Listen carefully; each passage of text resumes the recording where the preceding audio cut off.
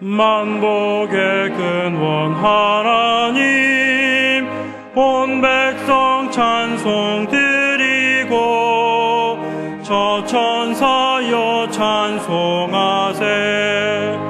찬송 성부 성자 성령. 아멘. 여호와여, 이제 내가 주께서 내게 주신 토지 소산의 만물을 가져왔나이다 하고 너는 그것을 내 하나님 여호와 앞에 두고 내 하나님 여호와 앞에 경배할 것이며 내 하나님 여호와께서 너와 내 집에 주신 모든 복을 인하여 너는 레위인과 너희 중에 우거하는 객과 함께 즐거워할지니라.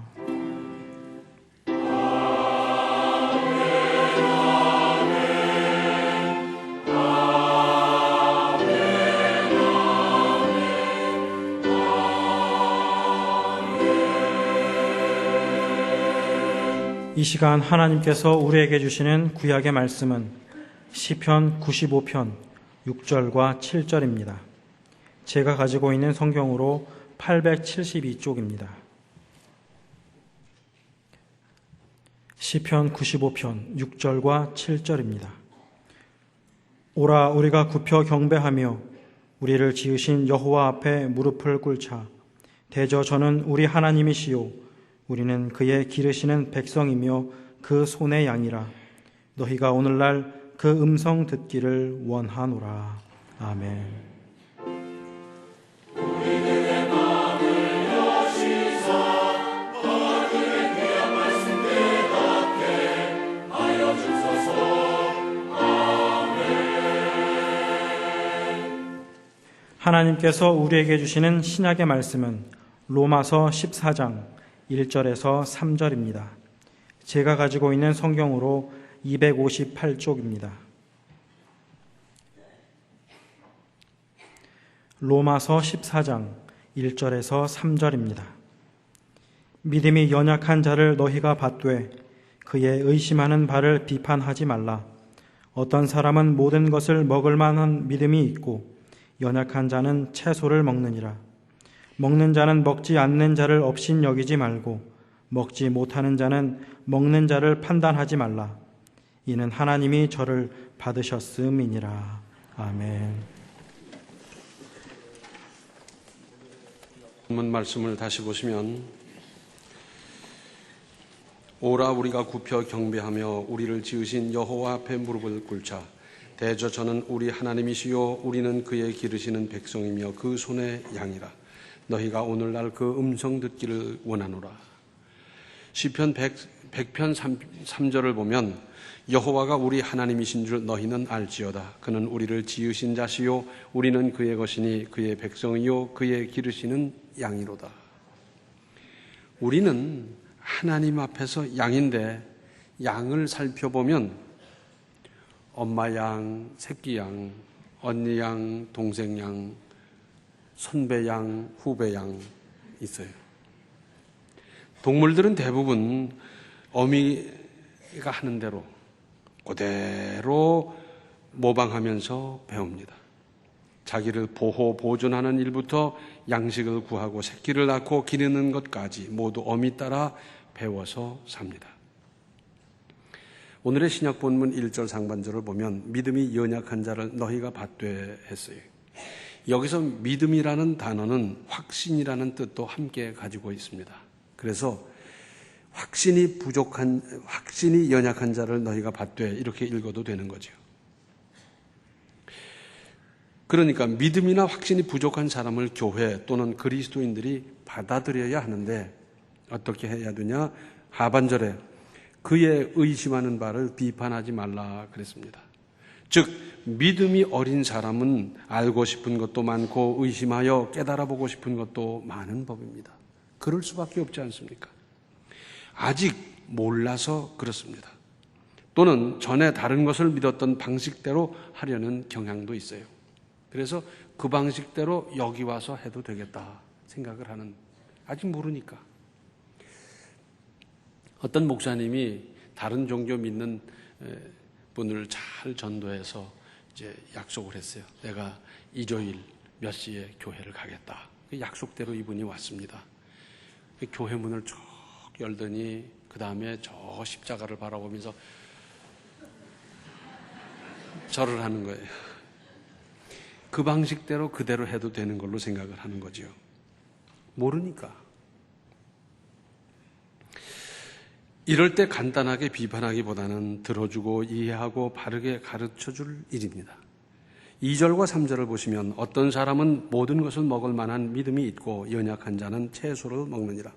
먹는 자는 먹지 않는 자를 업신여기지 말고 먹지 못하는 자는 먹는 자를 판단하지 말라. 이는 하나님이 저를 받으셨음이니라. 튼튼한 사람은 뭘 먹어도 잘 소화하고 흡수합니다. 딱딱한 것, 뜨거운 것, 뭐 거칠거칠한 거 먹어도 다 소화하고 흡수하고 영양분을 만들어요.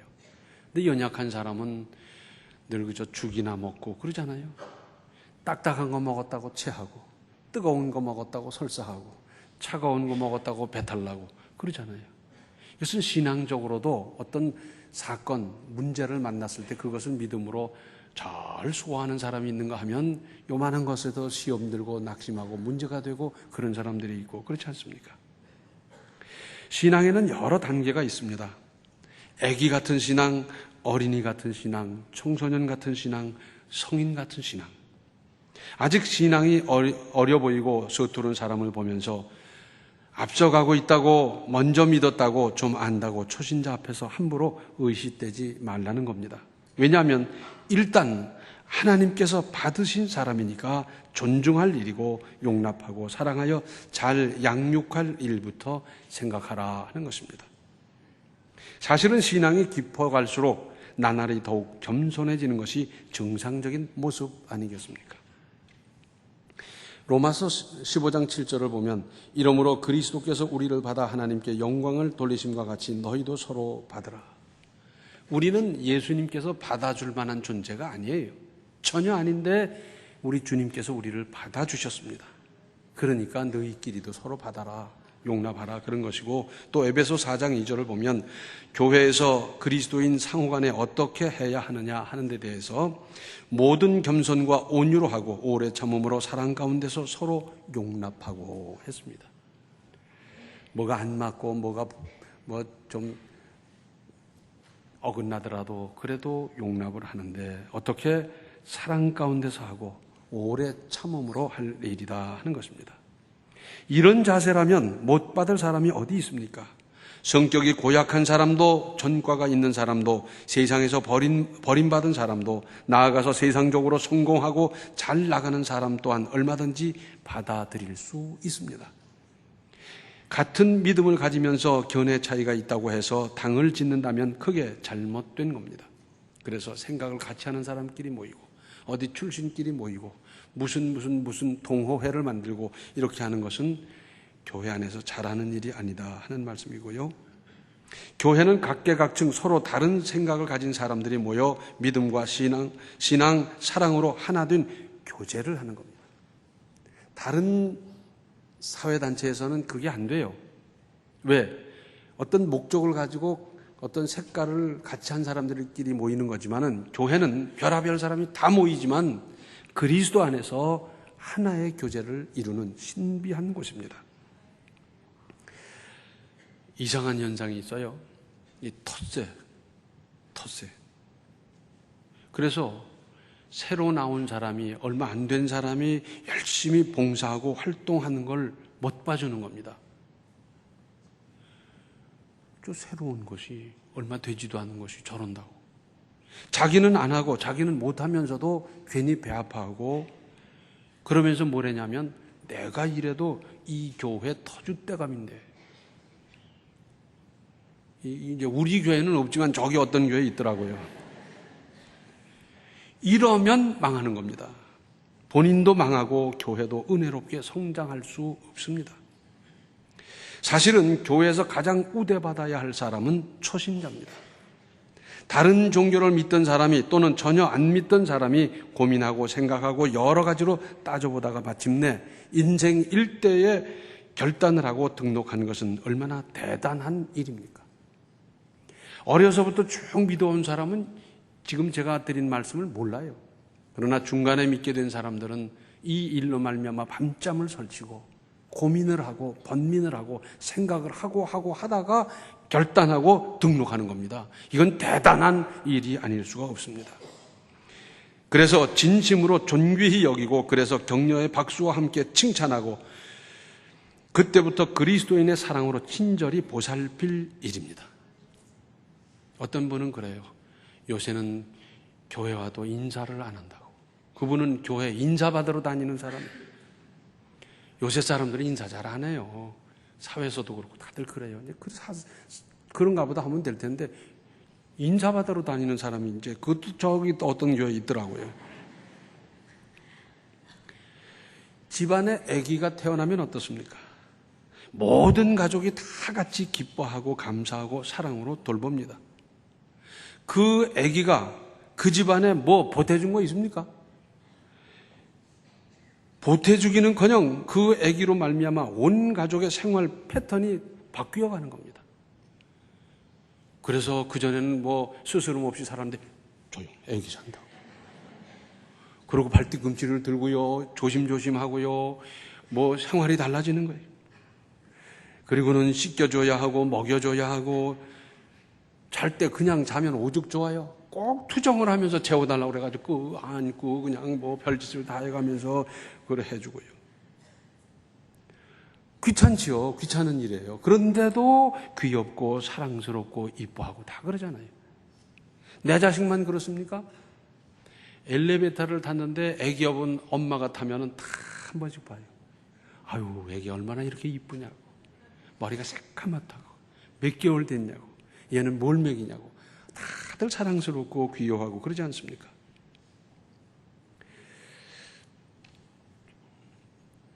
초신자, 우리 교회를 위해서 아무것도 한 거 없지만 존귀한 존재임에 틀림이 없습니다. 아기가 태어나서 아무것도 한 것 없지만 사랑받는 것과 같이 초신자도 이렇게 사랑할 일입니다.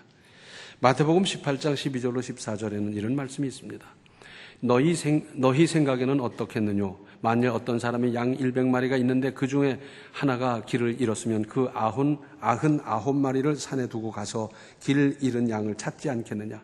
진실로 너희에게 이르노니 만일 찾으면 길을 잃지 아니한 99마리보다 이것을 더 기뻐하리라. 이와 같이 이 소자 중에 하나라도 잃어지는 것은 하늘에 계신 너희 아버지의 뜻이 아니니라. 우리는 이 양에 대해서 나오면 좀 실감이 덜해요. 왜? 생활이 다르니까. 그런데 이스라엘 사람들은 아주 피부에 와닿는 비유고 또 그런 일입니다. 양을 잃어버리면 목자가 그 잃어버린 양 이름을 부르면서 골짜기로 낭떠러지로 찾아다니는 겁니다. 아이고, 지금 밥 먹어야 될 때가 됐는데 목이 마를 텐데 그러면서 그 양 이름을 부르면서 찾다가 찾으면 그 다음에 어깨에다 메고 돌아오는 겁니다. 제가 이거 한 번 했다가 혼이 났습니다. 앞발 잡고 뒷발 잡고 해서 어깨에다 메고 내려오는 거거든요. 그런데 양은 새끼는 하얗지만은 조금 크기만 하면 그 다음에 때가 꿰가지고요. 아주 보기 흉합니다, 사실은. 그런데 특별히 배가 그래요.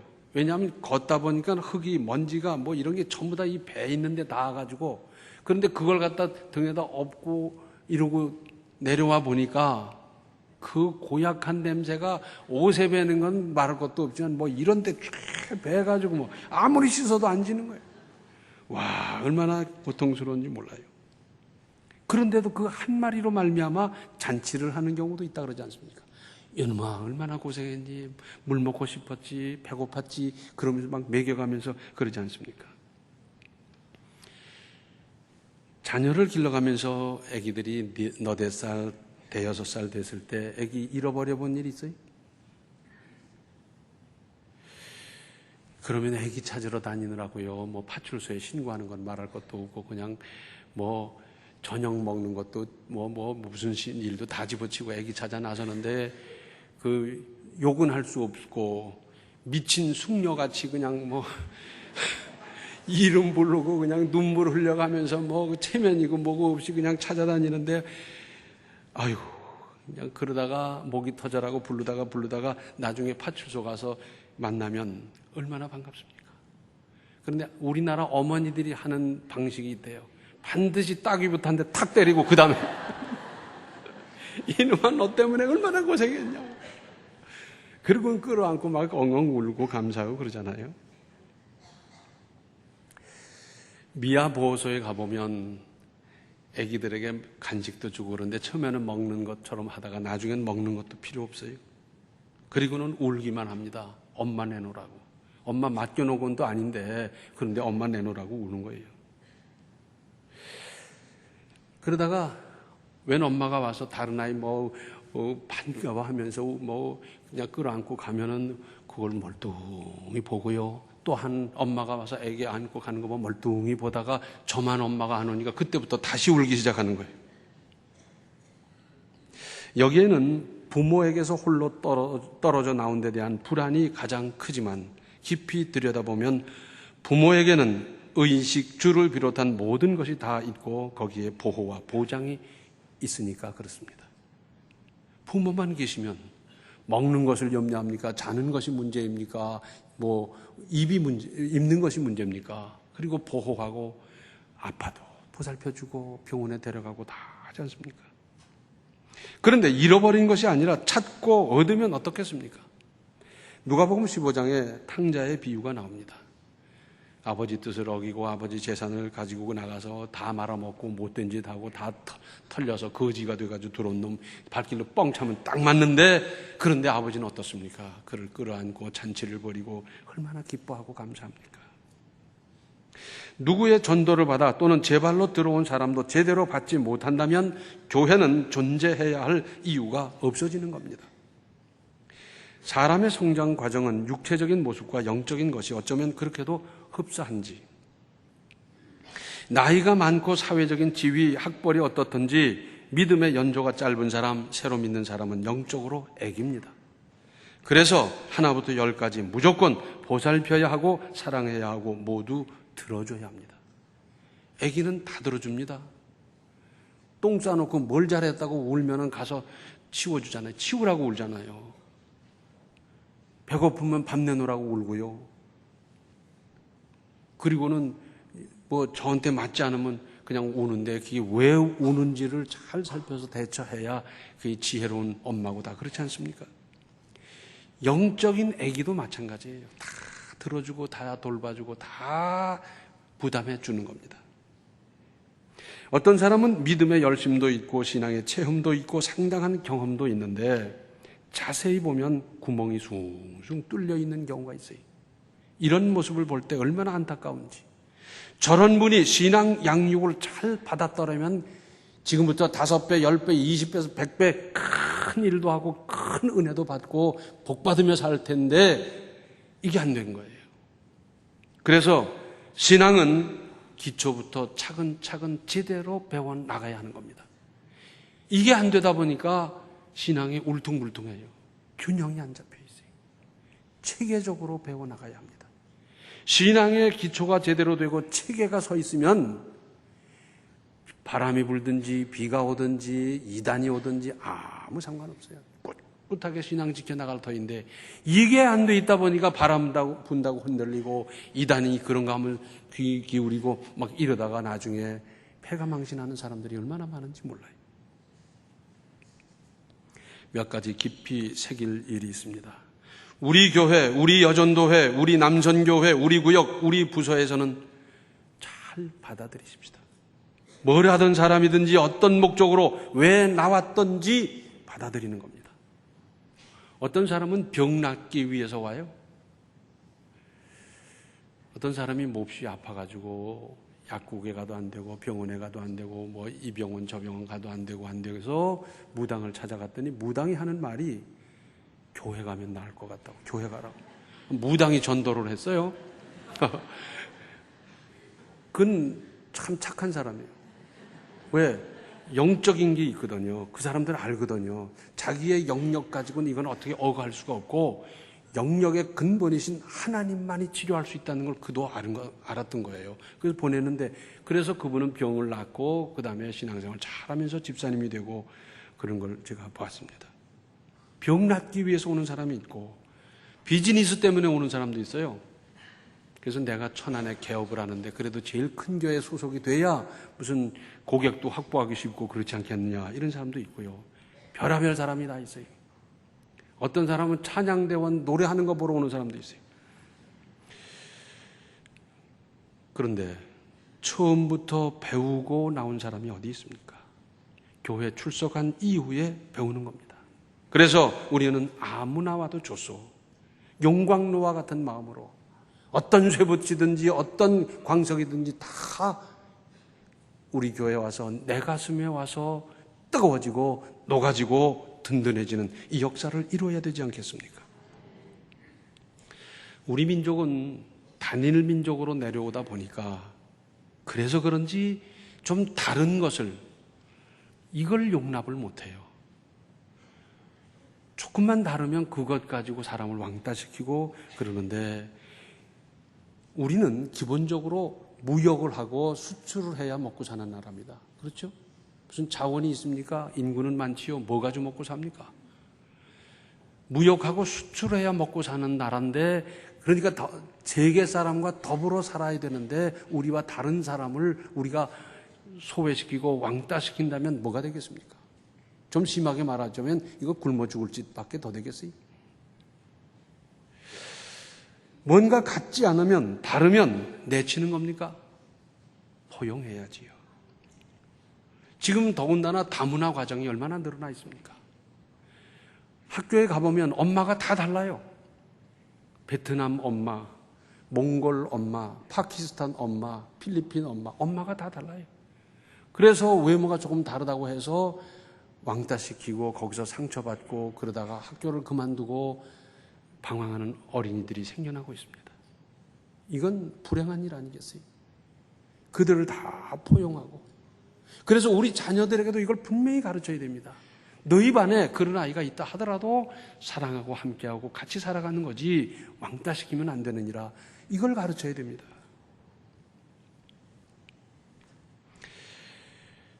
오늘날은 방황하는 그리스도인들이 얼마나 많은지 모릅니다. 다니다가 쉬고 있으면서 영적 갈증으로 괴로워하는 사람들을 비롯해서 교회에서 이런 상처 저런 상처 받은 사람, 교인들로 말미암아 이런 저런 상처 받은 사람들이 얼마나 많은지 몰라요. 이 방황하는 사람들은 누구의 책임입니까? 먼저 믿은 우리의 책임 아니겠어요? 그래서 그런 분들이 여기 와서는 고향같이 푸근하게 느끼고 여기에 정착할 수 있도록 좋은 교회를 만들어 가는 겁니다. 이게 우리의 사명이에요.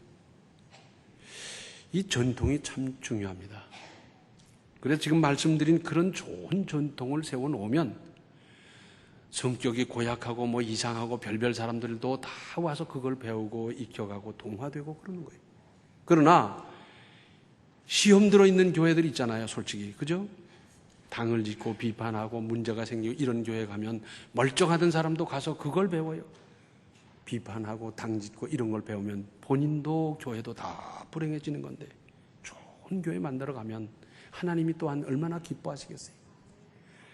한국 땅에 그렇게 많은 교회가 있지만 천안중앙교회는 그래도 내 마음에 합한 교회라 하나님 칭찬하실 것이고요.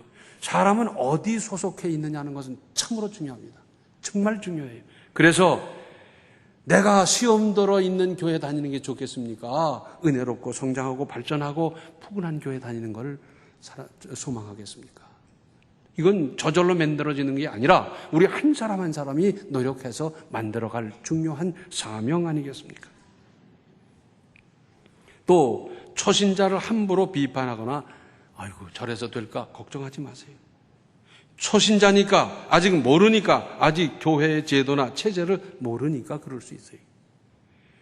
전에 어떤 청년이 저하고 대화를 하는데 그래요. 꼭 아저씨라고 부르는 거예요. 저기 아저씨 있죠? 뭐 어쩌고저쩌고. 그래서 그런가? 몰라서 그러니까. 그래서 이렇게 불러라 제가 얘기를 안 했어요. 시간 지나면 고쳐질 건데 그걸 굳이 뭐 저기 할 게 없어서 내버려 뒀더니 나중엔 고치더라고요. 성경도 모르는 사람은 그래요. 구약 그러니까 옛날 약, 그래서 한약. 신약 그러니까 새로운 약, 그래서 무슨 요새 현대 약품 뭐 그런 건 줄로 알고 뭐 알약 그런 거 생각하는 사람이 있더라고요. 근데 이게 농담이냐 실제로 그렇게 생각을 하는 사람이 있어요. 제가 만나봤습니다.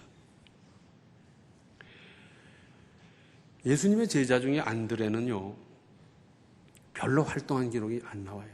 근데 이분은 원래 세례 요한의 제자였다가 예수님을 만나면서 이분이 메시아다 깨닫고는 자기 형을 부지런히 예수님에게로 안내했고, 베드로는 예수님을 잘 따를 뿐 아니라 수사도가 됐고, 예수님 세상 떠난 이후에 그 한 시대를 영적으로 책임지는 대단한 인물이 됐지 않습니까? 그러니까 내가 전도하고 내가 안내한 사람이 그 큰 인물이 될 수 있는 가능성은 누구에게도 있는 겁니다. 그렇지 않습니까? 모르면 가르치면 되고 배우면 됩니다. 그런데 다르다고 해서 우리가 이상하게 생각하면 어떻게 되겠어요? 여러분, 무지개를 보십시오. 저는 무지개를 보면 참 기분이 좋더라고요.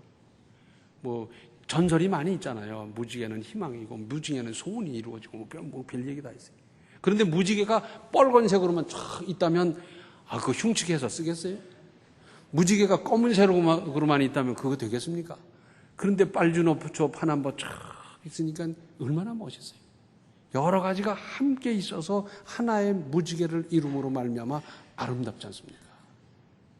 서로 섞여 사는 거고, 함께 사는 거고, 돌보면서 사는 거고, 또 초신자 잘 가르치면서 도와주면서 사는 거고요.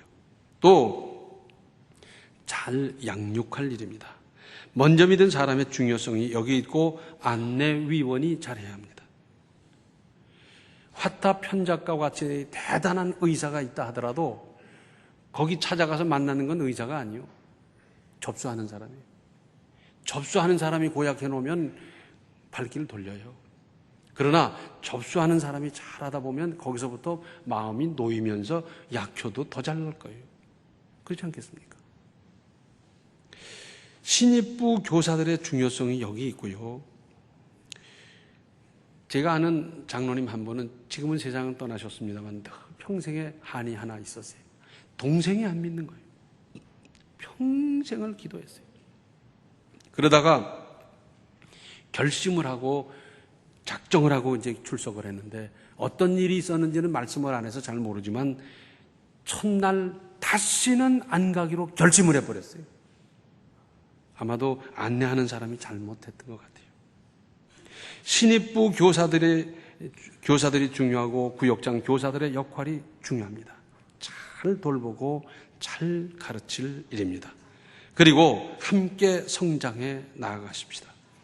한 영혼의 가치가 천하보다 귀한데 어떻게 온 사람을 놓칠 수 있는 일입니까? 나중된 자로서 먼저 되고 먼저 된 자로서 나중되는 수가 있다고요. 신앙생활에 있어서 추월하는 일이 있다는 겁니다. 이것이 사실 아닙니까? 그런데 아무개 내가 인도했고 내가 돌봤고 내가 가르쳤는데 뭐 그 얘기는 벌써 나는 뒤쳐져 있다 그 말입니다. 이건 창피해서라도 할 얘기가 아니에요. 먼저 믿은 사람들은 더욱 신앙생활에 정진해서 추월당하지 않도록 할 일이고, 그리고 함께 가는 건데, 착근이란 말이 있죠. 뿌리 내린다는 것이고, 정착이란 말이 있는데 정해서 거기에 살기로 하는 것을 의미하지요. 우리 교회를 용광로로 만들고 누구나 정착할 수 있는 고향 같은 교회 만들어 가십시다. 새신자가 우대받아 안심하고 정착하는 교회, 그러면 우리 교회는 부흥하고 발전할 것이고 뿐만 아니라 하나님께서 보실 때도 됐다, 이새의 아들 다윗을 만나니 내 마음에 합한 자라 하셨던 하나님께서 세상에 교회가 많지만 천안중앙교회를 만나니 내 마음에 합한 자라 하나님 평가하신다면 여기 소속된 그것만 가지고도 우리는 큰 복의 대상이 되지 않겠습니까? 이런 은혜를 우리가 함께 만들어가고 받으며 누리며 살기를 바랍니다. 기도하시겠습니다. 은혜로우신 아버지, 우리 한 사람 한 사람이 더욱 단결하고 힘써서 참으로 누구든지 여기 와서 마음 놓고 정착하며 고향같이 느끼면서 함께 신앙생활에 갈 수 있는 풍토를 만들어 갈 수 있도록 주여 도와 주시옵소서. 그래서 부흥하고 발전할 뿐만 아니라 하나님 마음에 합한 교회로 커나갈 수 있도록 주여 도와 주시옵소서. 예수님의 이름 받들어 간절히 기도하옵나이다. 아멘. 신입 교우나 믿음이 어린 사람을 그리스도의 사랑으로 잘 보살피십시오.